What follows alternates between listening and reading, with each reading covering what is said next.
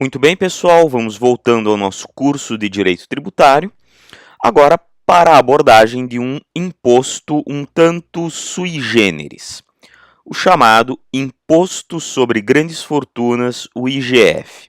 Sui generis pelo seguinte, porque, na verdade, trata-se de um imposto que não existe, ou que ainda não existe, pelo seguinte, nós vamos ver em seguida que ele está previsto na Constituição Federal, todavia até hoje não foi implementado. De qualquer maneira, com base na previsão constitucional desse imposto, nós podemos já ter uma ideia, uma noção de quais são os contornos gerais de alguns aspectos da sua hipótese de incidência. Vamos falar um pouquinho dos projetos de lei que estão em tramitação na Câmara e no Senado, visando efetivamente criar este imposto, e vamos também tentar entender um pouquinho qual é a dinâmica econômica por trás da proposta de criação do imposto sobre grandes fortunas. Então vamos lá, pessoal, começando com a previsão constitucional. Artigo 153, inciso 7º da nossa Constituição. Trata-se, portanto, como vocês veem aí, de um imposto da União. Compete à União instituir impostos sobre grandes fortunas, nos termos da lei complementar. O que acontece? Aqui na Constituição Federal se tem a previsão de atribuição de competência à União para a criação desse imposto. Agora, como vocês sabem, a mera atribuição de competência não significa que o ente federativo esteja autorizado a sair cobrando sem mais nem menos o imposto. É necessário, evidentemente, a mediação de uma lei que vai delinear todos os contornos da hipótese de incidência e que vai permitir a efetiva cobrança desse imposto. Pois bem, esta lei, no caso aqui uma lei complementar, o que falta, o que nunca foi feito desde 1988 para que o IGF pudesse vir a ser cobrado. Então, ainda que não haja essa lei, é possível, mesmo assim, a partir da previsão constitucional, ter uma noção, não é, de quais são os aspectos mais relevantes, os contornos mais relevantes dos aspectos da hipótese de incidência desse imposto. Então vamos lá. O que é que se pode dizer sobre o IGF só com base no artigo 153, inciso 7º? Qual seria o seu aspecto material, em primeiro lugar? Qual é o núcleo da hipótese de incidência?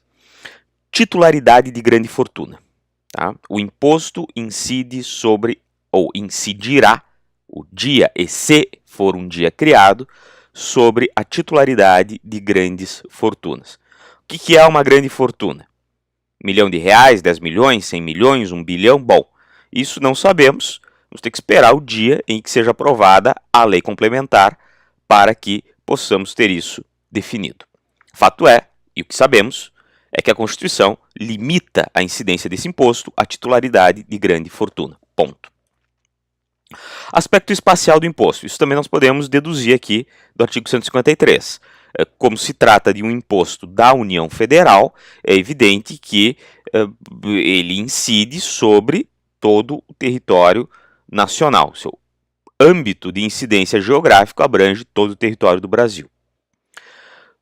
Quanto ao aspecto pessoal, também se pode deduzir que a sujeição passiva é do titular da grande fortuna, da pessoa titular da grande fortuna. Esse seria o contribuinte do imposto, ao passo que a sujeição ativa pertence à União Federal. Mas isso é o máximo que se pode extrair, que se consegue, né, racionalmente extrair, do artigo 153, inciso 7º. Agora, em atenção ao comando constitucional, existem hoje em tramitação no Congresso Nacional, tanto na Câmara dos Deputados quanto no Senado Federal, vários projetos de lei que procuram mais ou menos disciplinar, né, e propor a implementação desse imposto. Ressalto que são apenas projetos, nenhum deles até hoje, repito mais uma vez, foi aprovado. Um dos mais conhecidos é do Senado Federal, o projeto de lei do Senado número 534/2011. O mais recente desses projetos também é do Senado Federal, ainda que um pouco menos conhecido, projeto de lei do Senado número 139 de 2017. Para não ficar atrás, a Câmara dos Deputados também tem projetos em tramitação. O mais antigo, um dos mais antigos e talvez o mais conhecido, seja o projeto de lei número 277 de 2008. Essa lista aqui, esses 3 projetos de lei, não esgotam todos eles. Eu procurei selecionar aqui apenas aquilo que se consideram os projetos mais, talvez, relevantes, já propostos no sentido de se tentar criar efetivamente o imposto sobre grandes fortunas. Eu noto também o seguinte, pessoal, fiquem de olho. Normalmente, o assunto imposto sobre grandes fortunas é um assunto que volta à tona, que aparece no debate público durante anos eleitorais. Tá? É frequente que durante campanhas eleitorais, especialmente campanhas para a Câmara dos Deputados, para o Senado Federal e para a Presidência da República, candidatos tragam à tona esse assunto do imposto sobre grandes fortunas e prometam oferecer as suas contribuições, se eleitos, para que esse imposto seja eventualmente criado. Tá? Então podem ficar de olho em ano eleitoral, e conforme a campanha eleitoral começam a pipocar aqui e ali, às vezes de maneira mais discreta, às vezes de maneira um pouco mais ostensiva, os debates sobre o IGF.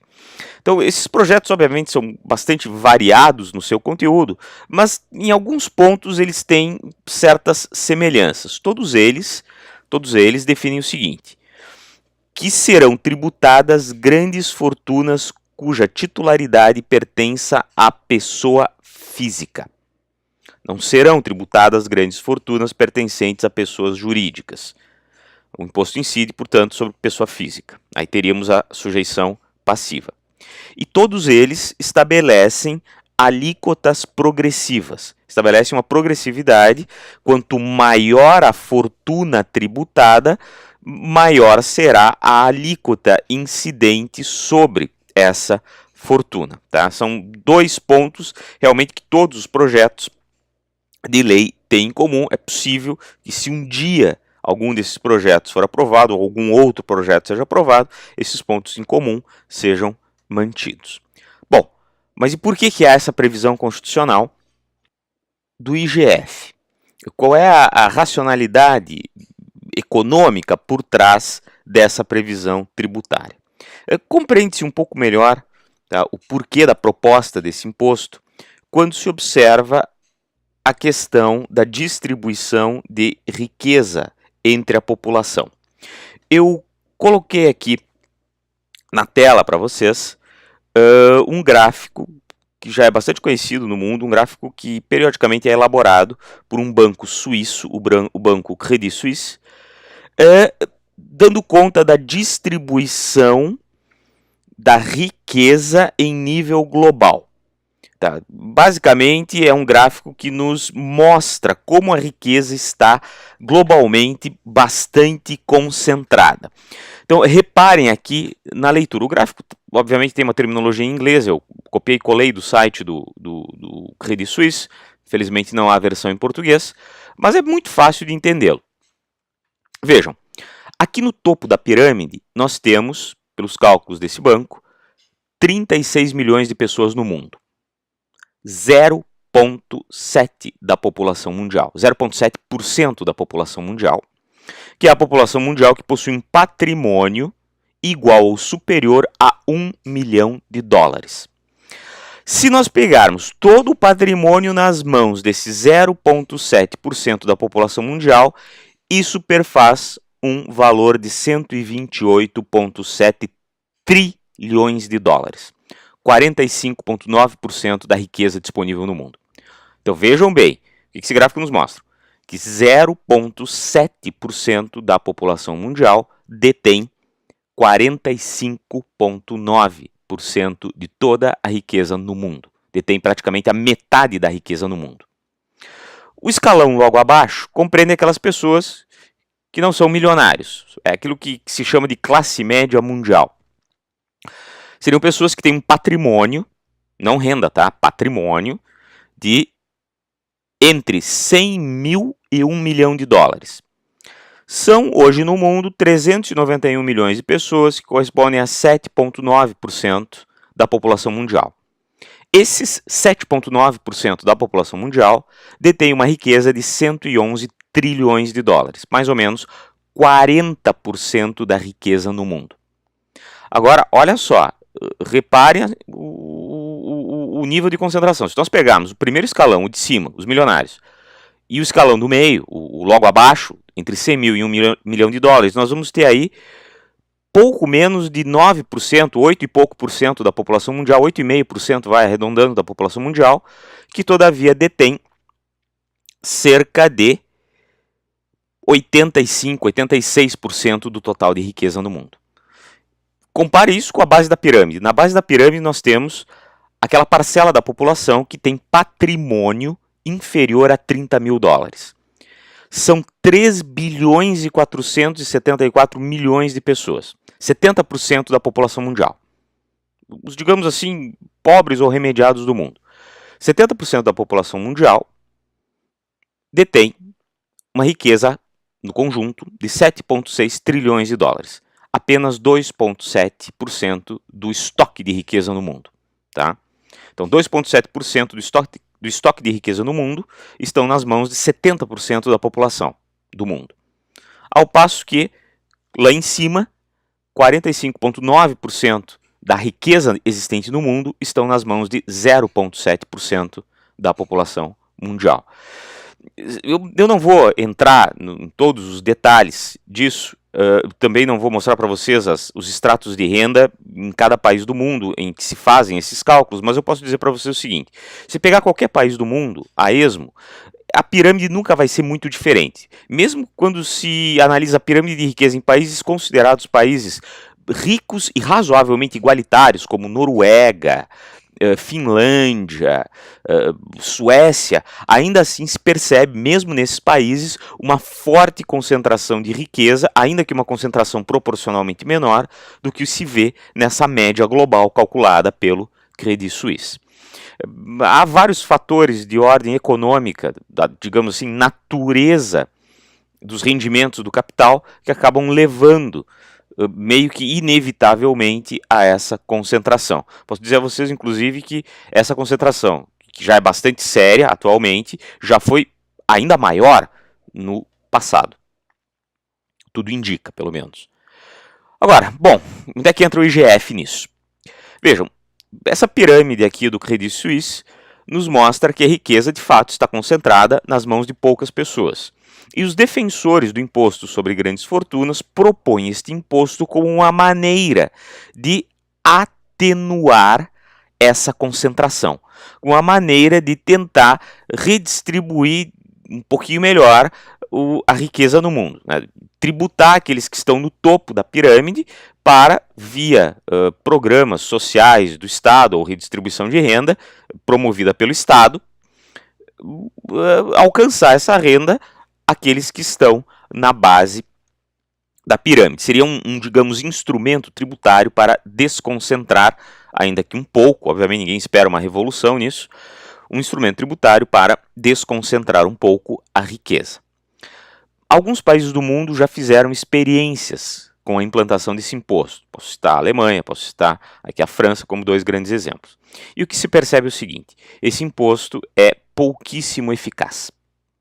Ele praticamente não funciona para fins de distribuição de riqueza. Por quê? Várias razões. Vou citar apenas duas delas. Primeiro, as pessoas ricas do mundo, os milionários do mundo, aqueles que estão no escalão superior da riqueza, eles possuem uma quantidade ínfima do seu patrimônio na pessoa física. Lembram que o imposto tributa a pessoa física, a riqueza nas mãos da pessoa física. E a verdade é que os milionários do mundo possuem boa parte de sua riqueza dentro de estruturas jurídicas sob controle de suas famílias, sob controle direto ou indireto de suas pessoas. Eles tendem a concentrar as suas riquezas em empresas e fundos de investimento, portanto, em pessoas jurídicas, o que colocaria essa riqueza fora do alcance da incidência, coloca, na verdade, boa parte dessa riqueza fora do alcance tributário do imposto sobre grandes fortunas. Além disso, a insistência em tributar grandes fortunas acaba levando a uma fuga de capitais. Essa foi a experiência mais recente na França. Assim que o governo francês estabeleceu o imposto sobre grandes fortunas, houve uma fuga de capitais. Pessoas físicas que, por variadas razões, não podiam ou não queriam transferir parte de suas riquezas para uma empresa ou para fundos de investimento, simplesmente tiraram o seu dinheiro e o seu patrimônio da França.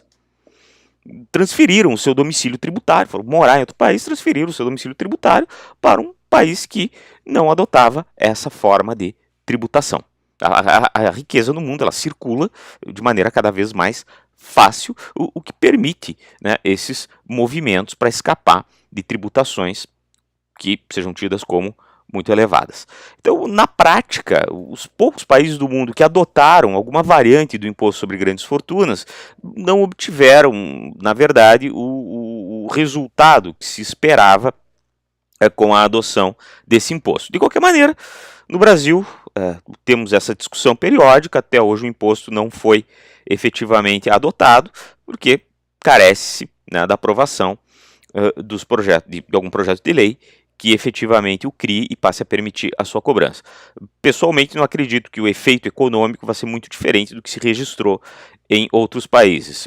Terá um efeito muito brando, se tanto quanto a questão da distribuição de riqueza, que é o grande argumento, né, que os defensores desse imposto colocam a favor de sua aprovação.